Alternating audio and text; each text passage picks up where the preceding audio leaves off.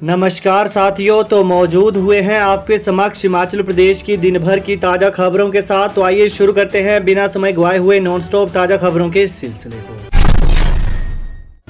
हजारों पदों को भरने की मंजूरी, परीक्षा एक्ट के दायरे में कर्मचारी चयन आयोग जाने बड़े फैसले।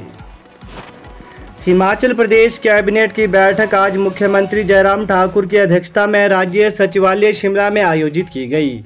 कैबिनेट बैठक में कई बड़े फैसले लिए गए हैं। कैबिनेट ने राज्य कर एवं आबकारी विभाग में पुलिस कर्मियों के 73 पद सृजित कर भरने की अनुमति प्रदान की, ताकि आबकारी, एनडीपीएस और अन्य नियामक कानूनों को प्रभावी रूप से लागू किया जा सके। इससे न केवल सरकारी राजस्व में बचत होगी, बल्कि नशीली दवाओं के खतरे से निपटने के लिए सरकार की प्रतिबद्धता और मजबूत होगी। इसके अलावा राज्य कर एवं आबकारी विभाग में लंबे समय से चली आ रही यह मांग पूरी हो गई है। वहीं दूसरी ओर हिमाचल प्रदेश कर्मचारी चयन आयोग हमीरपुर की ओर से परीक्षाओं का स्वतंत्र और निष्पक्ष संचालन सुनिश्चित करने के लिए कैबिनेट ने निर्णय लिया कि कर्मचारी चयन आयोग हमीरपुर की ओर से आयोजित भर्ती परीक्षाओं का विश्वविद्यालय बोर्ड में हिमाचल प्रदेश अनाचार अभ्यास रोकथाम या अन्य निर्दिष्ट परीक्षा अधिनियम 1984 के पूर्व समीक्षा के अधीन लाया जाएगा। इसके अलावा बात करें तो पंचायती राज विभाग में पंचायत सचिवों के 389 पदों को कर्मचारी चयन आयोग के माध्यम से अनुबंध आधार पर सीधी भर्ती के माध्यम से भरने की स्वीकृति प्रदान की। इसी के साथ कर्मचारी चयन बोर्ड के माध्यम से अनुबंध आधार पर सीधी भर्ती के माध्यम से पंचायत राज विभाग में तकनीकी सहायकों के 124 नए पद सृजित करने और 40 पदों को भरने की स्वीकृति प्रदान की। वहीं कैबिनेट ने निर्णय लिया कि राज्य सरकार केंद्र सरकार की अग्निपथ योजना के तहत भर्ती होने वाले अग्निवीरों को 4 साल बाद रोजगार सुनिश्चित करेगी। बैठक में नवगठित ग्राम पंचायतों के लिए चयन समिति के माध्यम से ग्राम रोजगार सेवकों के 124 पदों को भरने की भी स्वीकृति दी गई है। कैबिनेट ने क्षेत्र के लोगों की सुविधा के लिए कांगड़ा जिले की जयसिंहपुर तहसील के जलग में नई उप तहसील खोलने को स्वीकृति प्रदान की। इसके अलावा कैबिनेट ने हिमाचल प्रदेश विधवा पुनर्विवाह नियम 2013 में संशोधन कर वर्तमान में दंपति को दिए जाने वाले अनुदान को 50,000 रुपये से बढ़ाकर 65,000 रुपये करने को स्वीकृति प्रदान की। कैबिनेट फैसलों की जानकारी देते हुए पंचायती राज मंत्री वीरेंद्र कंवर ने दी है। वहीं इसी दौरान कैबिनेट ने हिमाचल प्रदेश वन विकास निगम लिमिटेड के पक्ष में राज्य सरकार की गारंटी राशि को 10 करोड़ रुपए से बढ़ाकर 30 करोड़ रुपए करने के लिए अपनी मंजूरी दी।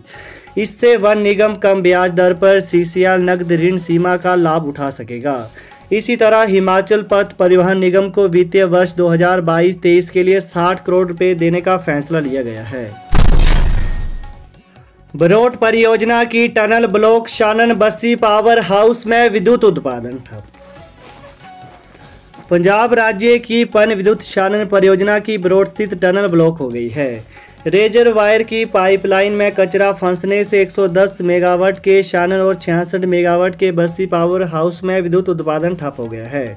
बरोट स्थित मेजर वायर से पानी की आपूर्ति बंद होने से जोगिंद्रनगर उपमंडल की मसोली जलपेहड़ पंचायत के करीब 5,000 उपभोक्ताओं के लिए पेयजल किल्लत पैदा हो गई है। वहीं जल शक्ति विभाग के वैकल्पिक स्रोत के न होने से अपर गरोडू, बालकरूपी और मजरानू के अलावा आठी गांव में भी 2 दिन तक पानी का संकट रहेगा। हमीरपुर के अंशुमन बने फाइटर जेट पायलट, पश्चिम बंगाल में हुई पोस्टिंग। हिमाचल प्रदेश के जिला हमीरपुर के 22 वर्षीय Anshuman Dhatwalia fighter jet pilot बन गए हैं। अंशुमन का जन्म 5 नवंबर 2000 को उत्तम ढटवालिया और सुषमा कुमारी के घर हुआ। वहीं वर्ष 2018 में एनडीए में चयन होने के बाद 3 साल पूना में कंबाइंड ट्रेनिंग और फिर हैदराबाद में 1 साल पायलट की ट्रेनिंग करने के बाद अंशुमन 18 जून को पास आउट हो गए। वहीं अंशुमन की पहली तैनाती पश्चिम बंगाल में हुई है। आधी रात को बस ऑपरेटर के घर में दागी 5 गोलियां, हिरासत में लिया एक आरोपी। हमीरपुर की जाहू पुलिस चौकी के तहत मुंडखर तुलसी गांव में पिछले कल आधी रात को एक बस ऑपरेटर के घर पर 5 गोलियां दागी गई हैं। एक आरोपी को पुलिस ने हिरासत में लिया है। आरोपी और बस ऑपरेटर में पैसों के लेन देन को लेकर विवाद चल रहा है। गोलियां अनुज ठाकुर पुत्र महावीर सिंह के घर पर चलाई गई हैं। वहीं अनुज के पास 3 बसें हैं। गांव में वो अपने माता पिता के साथ घर पर थे। पिछले कल रात 9 बजे वो सो गए। वहीं आधी रात को गोलियां चलीं तो उनकी मां को लगा कि घर के साथ लगते बिजली बोर्ड के ट्रांसफार्मर में शॉर्ट सर्किट हो रहा है। उन्होंने बाहर आकर देखा तो दीवार पर गोलियों के निशान पड़े हुए थे। इसके बाद मां ने अनुज को नींद से जगाया। वहीं जैसे ही अनुज ठाकुर अपने परिजनों के साथ बाहर निकले तो आरोपी मौके से सफेद रंग की गाड़ी में सवार होकर मुंडखर की ओर भाग गए। गोलियों से मकान की दीवार, छज्जा व दूसरी मंजिल के दरवाजे को नुकसान पहुंचा है। विक्रमादित्य बोले, नेता प्रतिपक्ष के साथ खड़ी है कांग्रेस, खलड़ी में रहे वन मंत्री। मुख्यमंत्री जयराम ठाकुर और नेता प्रतिपक्ष मुकेश अग्निहोत्री में छिड़ी जुबानी जंग के बीच शिमला ग्रामीण के विधायक विक्रमादित्य सिंह भी कूद पड़े हैं। विक्रमादित्य मुकेश अग्निहोत्री के पक्ष में उतर आए हैं। आज शिमला में पत्रकार वार्ता में उन्होंने कहा कि मुकेश अकेले नहीं हैं, उनके साथ कांग्रेस चट्टान की तरह खड़ी है।